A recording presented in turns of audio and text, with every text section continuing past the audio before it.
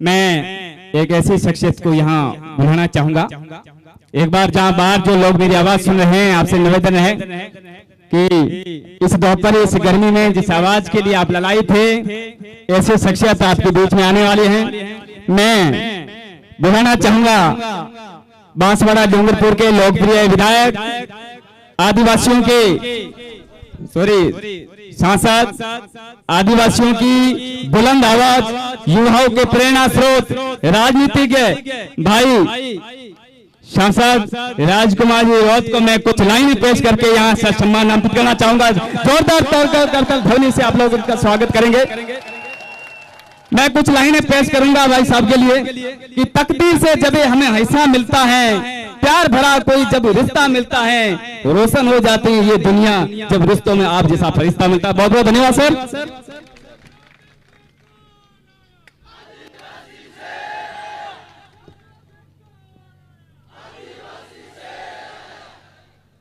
सभी साथियों को जय जोहार। थकान हो रही है क्या? पक्का? कैसा महसूस हो रहा है?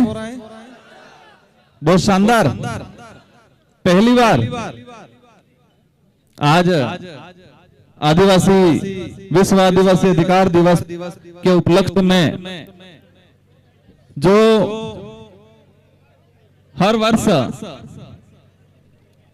12-13 सितंबर के आसपास मनाया जाता है,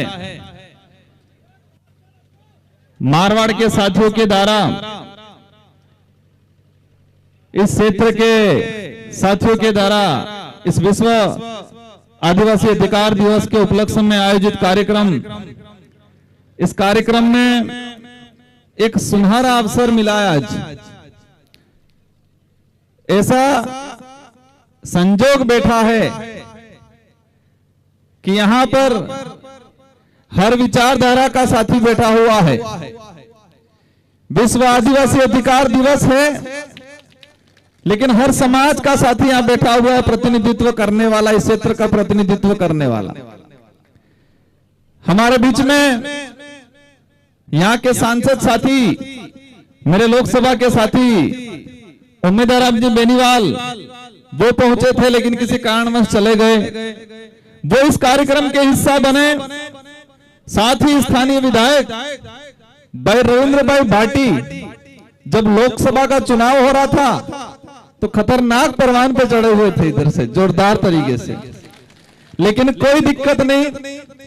कुछ समय 2 महीना मेरे साथी रहे विधानसभा में। मैं 2013 में 23 में जीत के आया, फिर मुझे मेरी 84 और सागवाड़ा फिर बांसवाड़ा डूंगरपुर की जनता ने मुझे सांसद बना के दिल्ली भेज दिया, कुछ ज्यादा जिम्मेदारी दे दी। तो दोनों मेरे साथी रहे, एक पूर्व के साथी और वर्तमान के, हालांकि दोनों वर्तमान के माने। और स्थानीय जिला प्रमुख महेंद्र जी चौधरी, शायद मेरी पहली मुलाकात है इनसे, और पूर्व जिला अध्यक्ष जी से तो मैं मुलाकात हुई थी मेरी शायद दिल्ली में। और माइनॉरिटी के साथी जिला कांग्रेस के अध्यक्ष हाजी गफूर खान जी, स्थानीय प्रधान शेरवा रमेश जी, साथ ही कई अन्य पदाधिकारीगण और आदिवासी समुदाय के अंदर भील समूह के बाड़मेर जैसलमेर इस क्षेत्र का प्रतिनिधित्व करने वाले, सिरोही के साथी, जालोर के, पाली के, पूरे उस मारवाड़ क्षेत्र के जिले से आए हुए समाज का प्रतिनिधित्व करने वाले नुमाइंदों को मेरी ओर से आप सभी को लाख लाख जोहार। और आज मैं ये उम्मीद करता हूं कि इस क्षेत्र के अंदर एक एकता कायम होगी, और इस एकता को पूरा देश जानेगा, हर पार्टी जानेगी, हर अन्य वर्ग का व्यक्ति जानेगा, और आपकी एकता के सामने कोई भी सरकार होगी वो सरकार झुकेगी, ये एहसास हो गया है आज। साथियों, मेरा इस इलाके में पहले कार्यक्रम रहा, मैं विधायक था, उस दौरान कई बार मेरा आना जाना हुआ। मारवाड़ के इलाके में हम जाते हैं, अनेक प्रकार की विविधता पाई जाती है। अन्य विविधता ठीक है, एक भी ऐसा मिला मुझे, उस साथी ने बताया कि मेरा ससुराल पाकिस्तान में था। एक बुजुर्ग आदमी मिला मुझे 80-85 साल का, उन्होंने बताया कि मेरा ससुराल पाकिस्तान के अंदर है। कई लोगों ने बताया कि मेरा खेत उधर है, और कुछ साथी मिले जिनके पास SC का सर्टिफिकेट है, किसके पास हो सकता है OBC का सर्टिफिकेट है, लेकिन वो मुझे 1960 का रिकॉर्ड लाके बता रहा है कि मेरे दादाजी भील थे। एक बड़ी विडंबना है कि हमारा कोई साथी अपनी पहचान भूल गया है।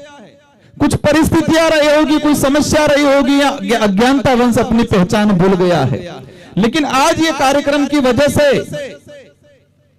हर बिछड़ा हुआ साथी या कोई साथी अपनी जो पहचान भूल गया है, कागजों में इधर उधर हो गया है, सभी एक मंच पे आएंगे, ये उम्मीद आज लगाते हैं। साथियों, देश के अंदर पहले या वर्तमान में मुख्य रूप से 2 नेशनल पार्टियों को जाना जाता था, एक कांग्रेस और बीजेपी। आज मैं भी एक क्षेत्रीय पार्टी से आया, लेकिन यहाँ 4 प्रकार के साथी बैठे हुए हैं। कांग्रेस के भी पदाधिकारी हैं, हो सकता है बीजेपी के भी होंगे कोई साथी, भाई निर्दलीय भी हैं, और हम भी एक क्षेत्रीय पार्टी से आए हैं। लेकिन आज ये कार्यक्रम है, सामाजिक कार्यक्रम है। हम सबका उद्देश्य एक ही है कि भील समुदाय का इस क्षेत्र में भला कैसे करें, इनकी समस्या का समाधान कैसे करें, और समाधान करने से पहले इनकी समस्या क्या है उसको जाने, ये सबसे महत्वपूर्ण बात है। मुझे वो दिन याद है जब मैं 2018 में विधायक बना था और सरकार वाला उथल पुथल हो रहा था और हम जलमेर आए थे। उस समय हमारे जैसलमेर जोधपुर के कोई साथी हमें मिले, मैंने अशोक गहलोत जी से मुलाकात करवाई और ये 2-4 मांगों को लेके, DTSA को लेके, एक एग्रीकल्चर वाली भाई साथी ने बताया था, और दूसरी मांग उन्होंने कही थी हमारा अलग से बोर्ड गठित होना चाहिए। हमने गहलोत जी पे प्रेरित किया था कि इस इलाके के अंदर ST के विकास को लेके अलग से बोर्ड का गठन करना चाहिए, और ये आपके DTSA की बात भी होनी चाहिए।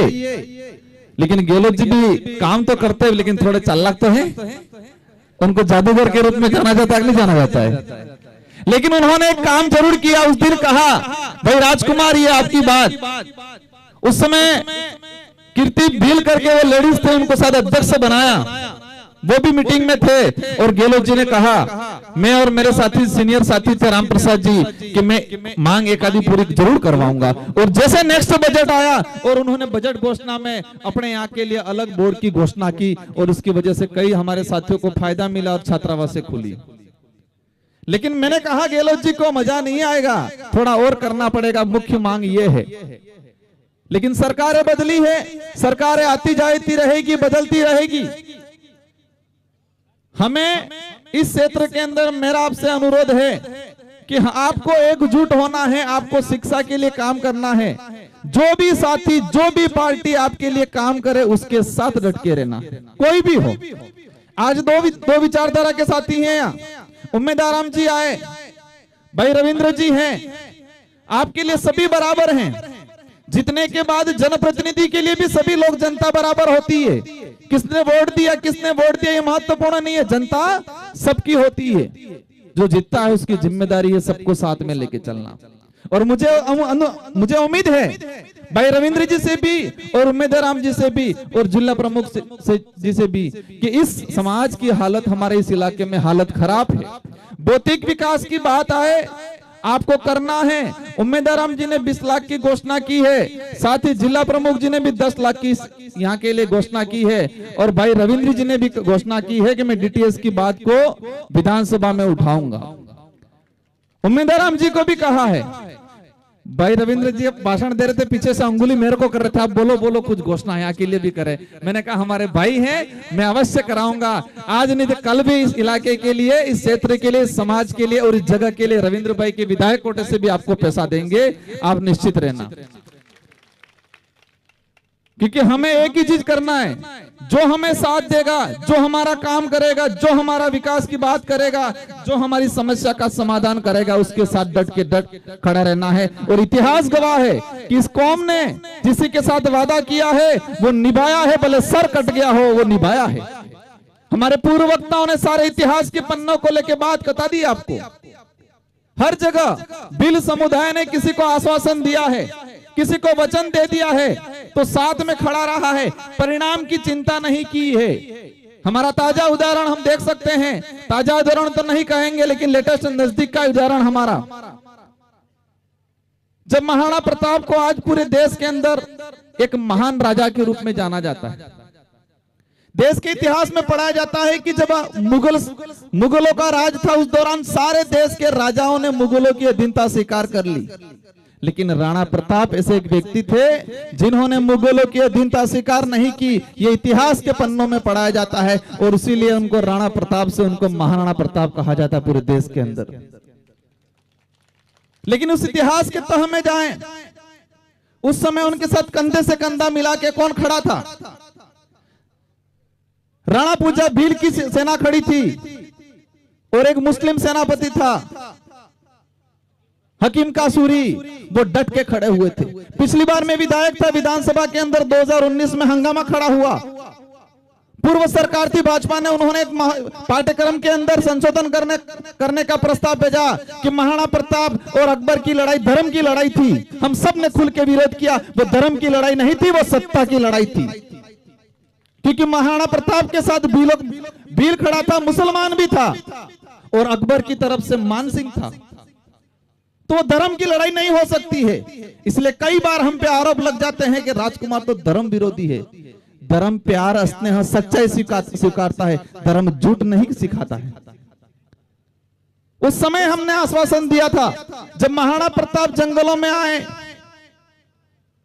आदिवासी समुदाय ने स्वीकार किया, उनको कहा आप हमारे राजा हो, हम आपके कंधे से कंधा मिला के लड़ेंगे, हम सर कटाएंगे। और उस समय उनके भाई थे शक्ति सिंह और जगमाल। शक्ति सिंह जी ने कहा भीलों को, कई लोगों को, कि अपनी जान ही नहीं रहेगी तो राज रह के क्या मतलब रहेगा। तो उस समय भीलों ने कहा शक्ति सिंह जी को कि हम जान की परवाह नहीं करते, हम जबान की परवाह करते हैं, क्योंकि हमने महाराणा प्रताप को जबान दिया है। वो शक्ति सिंह और जगमाल दोनों चले गए मान सिंह जी के पास, लेकिन राणा पूजा भील की हाकिम खां सूरी की सेना कहीं नहीं गई और डट के रही। और आज पूरे देश के इतिहास के पन्नों में पढ़ाया जाता है कि राणा प्रताप एक ऐसे व्यक्ति जो मुगलों से नहीं डरे। ये पहले से संबंध बनाया है। हमें धर्मों में, जातियों में, हमें किसी भी जाति, किसी भी धर्म का कोई विरोध नहीं है, लेकिन कोई धर्म ये सिखाए ये नीच है, ये छूत है, ये नीचा है, ये अछूत है, ये ऊंच है। कोई धर्म ये सिखाए कि महिलाओं के साथ अन्याय होना चाहिए, कोई धर्म ये सिखाए कि आदिवासी दलित के साथ अन्याय होना चाहिए, उस धर्म को हमें स्वीकार नहीं करना है। आज देश के अंदर जो माहौल बना हुआ है, देश में बेरोजगारी की बात नहीं हो रही है, देश में शिक्षा की बात नहीं हो रही है, देश के अंदर भुखमरी की बात नहीं हो रही है, देश के अंदर हमारे जो संसाधन खत्म हो रहे हैं उसकी बात नहीं हो रही है, देश कर्जे में डूबा जा रहा है उसकी बात नहीं हो रही है। जब भी बेरोजगारी की बात होती है, शिक्षा की बात होती है, भुखमरी की बात होती है, ये लोग धर्म पे लाके खड़ा कर देते हैं और धर्म में विवाद खड़ा करने का काम कर देंगे। मुझे आज भी पता है, मैं आज यहाँ बोल रहा हूँ, हमारे पूर्व वक्ताओं ने भी बोला, हमने अच्छी अच्छी बातें कही, लेकिन कुछ मीडिया के लोग ऐसे लाके रख देंगे, धर्म का छोटा सा इशू पकड़ के माहौल बनाने की कोशिश करेंगे। हम किसी का विरोध नहीं करते, लेकिन हम, हमारी आइडेंटिटी है, हमारी पहचान है, उसको बचाए रखना हमारी जिम्मेदारी है। और उस जिम्मेदारी के लिए संविधान भी हमको प्रोटेक्ट करता है, ये हम हमारा फर्ज है और हम बखूबी इस लाइन को लड़ेंगे, इस लड़ाई को लड़ेंगे। साथियों, आज जो स्थिति बनी हुई है देश के अंदर, आज बांग्लादेश में हो रहा है, गलत हो रहा है, इंसान इंसान को काट रहा है। क्यों काट रहा है? क्योंकि धर्म के नाम से जहर फैला हुआ है। वहां मणिपुर के अंदर आदिवासी मारा गया, मैतेई समुदाय और कुकी समुदाय, दोनों समुदाय आदिवासी आपस में लड़े ठीक है, आपस में मार के खा रहे, ये कंडीशन बन गई। आपस में एक दूसरे की महिलाओं के साथ अन्याय कर रहे, आप सबने देखा होगा, कहने की जरूरत नहीं है। वो किसकी वजह से हो रहा है? धर्म की वजह से हो रहा है। देश में वर्तमान एक ही माहौल बना हुआ है, जो एसटी, एससी, ओबीसी या दलित या जो भाईचारे से रहने वाला समाज है, उसको आपस में लड़ाओ, और वर्तमान में एक बहुत बड़ा मामला हुआ, उस मामले में हमारे आदिवासी भाई भी आपस में लड़ना शुरू कर दिया, थोड़ा वैचारिक रूप से। हुआ कि नहीं हुआ? अभी सुप्रीम कोर्ट का जजमेंट आया, मैंने भी ट्वीट किया और मैंने विरोध किया कि ये सुप्रीम कोर्ट का जजमेंट फुट डालो राज करो नीति वाला जजमेंट है। बाड़मेर की तरफ से भी कमेंट आए कि राजकुमार जी थोड़ा गलत बोल रहे हैं। आए कि नहीं आए थे? मुझे तकलीफ नहीं है, क्योंकि आपको इसकी सच्चाई नहीं पता, इसलिए किसी साथी ने किया होगा। वो जजमेंट क्या कह रहा है? वो जजमेंट ये कह रहा है कि कोटे में कोटा करेंगे, क्रीमी लेयर लागू करेंगे। सुप्रीम कोर्ट का जजमेंट आया, पूरे देश में माहौल बना। अंत में होता क्या है, एसटी एससी के लोग ही आपस में टकराने लग गए। कुछ लोगों ने समर्थन किया, कुछ ने विरोध किया। वो जजमेंट ये कह रहा है कि राजस्थान के अंदर उपजातियों में विभाजन हो जाए, भील अलग हो जाए, गरासिया अलग हो जाए, संथाल अलग हो जाए, सहरिया अलग हो जाए, मीणा अलग हो जाए, डामोर अलग हो जाए। सुनने में अच्छा लगता है, लेकिन राजस्थान के अंदर ही मीणाओं का अलग हो गया, स्वीकार है, अच्छा लगेगा हमको, क्योंकि हमको अवसर मिलेगा। लेकिन भीलों का अलग हुआ तो बाड़मेर वाले भील डूंगरपुर वालों से लड़ेंगे कि नहीं लड़ेंगे?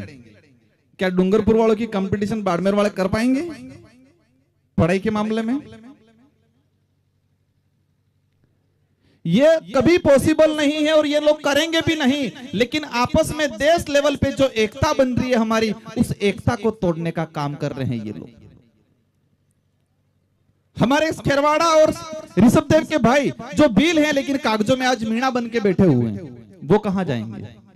हमने लंबे समय से डिमांड कर रहे हैं, मैंने ट्वीट किया था, अगर सच में इस पिछड़े समुदाय को, रेगिस्तान इलाके के पिछड़े हमारे भील भाइयों को रिजर्वेशन देना है, या डूंगरपुर के क्षेत्र को, या सहरिया बारा के क्षेत्र को अगर सच में प्रशासनिक सेवा में आपको देना है, या किसी भी सेवा में अगर फायदा देना है, तो आपको क्षेत्र के आधार पर बंटवारा करो।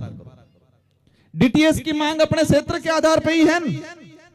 रेगिस्तान इलाके के अंदर रहने वाले ट्राइबलों को अलग से रिजर्वेशन दिया जाए, वहां से लगा के सिरोही तक का इलाका अलग से छटनी कर दिया जाए। इसके अंदर जितने एसटी की संख्या है 12% में से अगर 4%, 5% है, 5% अलग कर दिया जाए। वो ठीक रहेगा कि आपस में लड़ने वाला ठीक रहेगा? यहाँ के हमारे भीलों को मिलेगा, लेकिन मध्य प्रदेश के अंदर तो बिल बाहर हो रहा है आपस में लड़ाने का। सेकंड नंबर पे कह रहे क्रिमिनल लागू करेंगे, मार साहब बन गए नौकरी, उनके बच्चों को आरक्षण नहीं मिलेगा, ये कह रहे हैं। अब आरक्षण पे कुटाराघात होगा तो मार साहब लड़ाई लड़ेंगे, आपको जागरूक कराएंगे। आज ये कार्यक्रम सफल बनाया, हम सबको बुलाया। ये शिक्षित वर्ग, नौकरी पैसे वाला वर्ग नहीं होता क्या हमको यहाँ बुलाते? ये हम आपको और हम सबको मिलाने का काम, इन सबको हमको मिलाने का काम शिक्षित वर्ग, नौकरी वाले पैसे वाले लोगों ने किया ना आज। लेकिन वो सुप्रीम कोर्ट का जजमेंट कह रहा है क्रिमिनल लागू करेंगे, जो एक बार जिसको नौकरी मिल गई उसके बच्चे को नहीं मिलेगी। अब मार साहब तो नौकरी लग गए, तो मार साहब इनके बच्चे को क्या बनाने के लिए तैयारी करा रहे हैं? या तो आरएस बनाएंगे, आईएएस बनाएंगे, डॉक्टर बनाएंगे, उसके लिए तैयारी करवा रहे हैं। अब 3rd ग्रेड बन गए, अब बच्चा कुछ नहीं बनेगा। जब आरक्षण पे कुठाराघात होगा, सबसे पहले पता किसको लगेगा? जो गांव में खेती कर रहा है उसको पता चलेगा, कि पढ़ा लिखा नौकरी कर रहा है उसको पता चलेगा। मुझे एक बात बताओ कि जब भी आरक्षण पे कुठाराघात हुआ तो सबसे पहले किसको पता चलेगा? जो नौकरी कर रहा है, समझदार है, उसको पता चलेगा। गांव में मजदूरी कर रहा है उसको पता चलेगा। और नौकरी वालों को पता चला कुठाराघात हो रहा है, लेकिन इसको ये दिमाग में आएगा वैसे मेरे को नहीं मिलने वाला है, आपको बताएगा और नहीं बताएगा, आप लड़ पाओगे? देश के हालात ऐसे हैं। मैंने भी लोकसभा में क्वेश्चन लगा के निकलवाया है, जितनी IIT कॉलेज हैं, जितने जो IIT हैं, इन IIT में एसटी का प्रतिनिधित्व 0.60% है।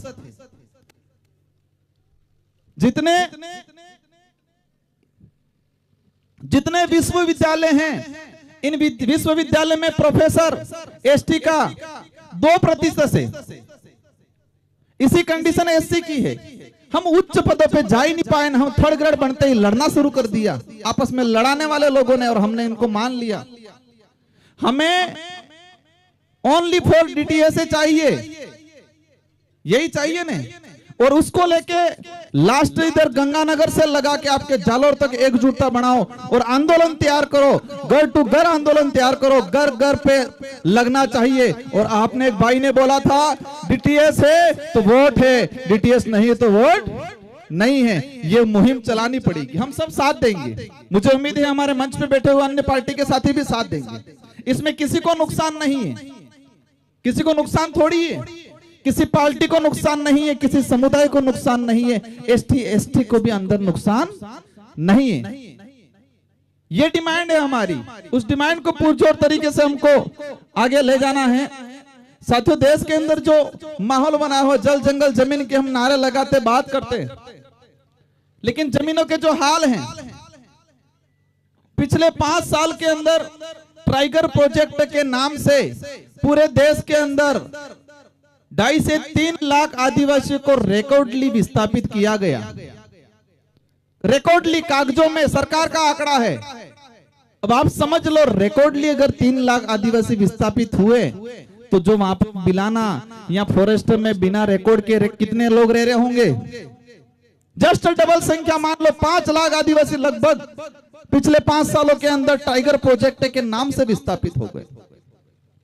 हमारा इतिहास इतना भयंकर है कि हम देखते हैं हर जगह हर इलाके में किसी से भी लड़े हम लोग, लेकिन स्वाभिमान के लिए लड़े हैं, हक के लिए लड़े हैं। और एक ये सच्चाई है, सबको स्वीकार करना पड़ेगा कि आदिवासी ने सबका साथ दिया, आदिवासी ने कभी किसी का शोषण नहीं किया। इस देश के इतिहास में उठा के देखेंगे, आदिवासी बहुसंख्यक रहा होगा, कोई एक अन्य कम्युनिटी का एक घर क्यों नहीं होगा, उसको प्रोटेक्शन दिया होगा, कभी उसके साथ अन्याय नहीं किया होगा। वो हमारे ब्लड में है। लेकिन कई बार देखने में आता है इस इलाके के अंदर एट्रोसिटी होती है, मूछ रखने पे मारा जाता है, अच्छी बात करने के लिए मारा जाता है, स्कूल में पानी पीने जाए एसटी एससी का आदमी छूने से मारा जाता है। लेकिन ये मुझे बाड़मेर में अच्छा लगा कि ये चीजें बाड़मेर में ज्यादा नहीं हो रही है। और मैं सभी समुदाय के साथियों को धन्यवाद देना चाहूंगा और आपसे अनुरोध करना चाहूंगा कि ऐसी घटनाएं हमारे इलाके में नहीं होना चाहिए। इंसानियत, मानवता सबसे बड़ा धर्म है। इंसान से बड़ा, मानवता से बड़ा दूसरा कोई धर्म नहीं होता। और जो धर्म इंसान से नफरत सिखाता है वो धर्म नहीं हो सकता, वो धंधा है।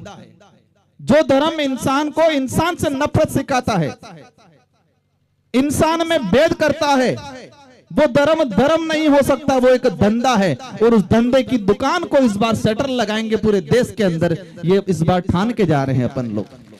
क्योंकि ये मुहिम, ये लड़ाई डूंगरपुर, बांसवाड़ा, बाड़मेर तक नहीं, ये चिंगारी पूरे देश में हर कोने में लगना शुरू कर दी है। और ये सिर्फ आदिवासी समुदाय अकेला ही नहीं, साथ में अन्य समुदाय, अन्य वर्ग के लोग जो मानवता में विश्वास करते हैं, वो सारे लोग अपने साथ खड़े हैं। और आने वाले समय में एक बड़ी क्रांति होगी इस देश के अंदर। और मैं चाहूंगा आने वाले समय में 10-15 साल बाद धर्म के नाम से कोई लड़ाई नहीं लड़ेगा। आपसी लड़ाई हो सकती है कोई, लेकिन जो नफरत पैदा की है देश के अंदर, उस नफरत को खत्म करने का काम करना है। साथियों, तीनों साथियों ने घोषणा की है, मैं वहां का सांसद रहा, मैं बजट तो नहीं दे सकता, लेकिन अवश्य आपकी हर लड़ाई में आगे खड़ा रहूंगा। और मैं, मेरे साथी भाई रविंद्र जी है, उनको भी हाथ पकड़ के कहूंगा, हमारे समुदाय के, हमारे क्षेत्र के लिए करना पड़ेगा पूरा। जिला प्रमुख जी हैं, साथ ही हमारे सांसद महोदय हैं, उनको भी कहूंगा। और मुझे उम्मीद है कि मेरी बात को, आप सबकी बात को ये नहीं टालेंगे और आपका हर काम करेंगे। इन्हीं शब्दों के साथ आप सबको खूब खूब धन्यवाद। हमारे बच्चों को पढ़ाओ, अगर हम भी पढ़े नहीं होते तो आज यहाँ नहीं आते। मैं पढ़ा लिखा नहीं होता, मैं विधायक बना दिया होता, यहाँ सांसद बना दिया होता, मैं विधायकगिरी सांसदगिरी नहीं निभा पाता। इसलिए बच्चों को पढ़ाओ। एक टाइम एक रोटी कम खाओ चल जाएगा, एक टाइम नहीं खाओ चल जाएगा, लेकिन बच्चों को पढ़ाओ। बस बच्चा पढ़ेगा कहीं नहीं रुकेगा, अपना इतिहास जानेगा और अपना इतिहास जानेगा, अपनी ताकत जानेगा और अपनी ताकत जानेगा तो एकत्रित होगा और एकत्रित होगा तो हर मुसीबत से लड़ने के लिए तैयार हो जाएगा। इन्हीं शब्दों के साथ आप सबको खूब खूब धन्यवाद। मैं अंत में आप सभी से एक अनुरोध करना चाहूंगा कि बाड़मेर से जालोर से लगा के जोधपुर से आगे हनुमानगढ़ गंगानगर तक एकजुटता बननी चाहिए और हमें यह तय करके रखना है, मानवता सबसे बड़ा धर्म है, प्रकृति सबसे बड़ा भगवान है, उन्हीं को मानना है, उन्हीं को स्वीकारना है और हमें एक क्रांति लानी है इस क्षेत्र के अंदर। शिक्षा के क्षेत्र में हमको पढ़ना है। आज भले भील कमजोर है यहाँ, लेकिन 15-20 साल बाद यहाँ हर गांव में एक IAS अधिकारी निकले, ऐसा प्रयास करना है हम सब को मिलके। इन्हीं शब्दों के साथ आप सबको धन्यवाद। जय जोहार, जय भील प्रदेश, जय संविधान, जय भारत।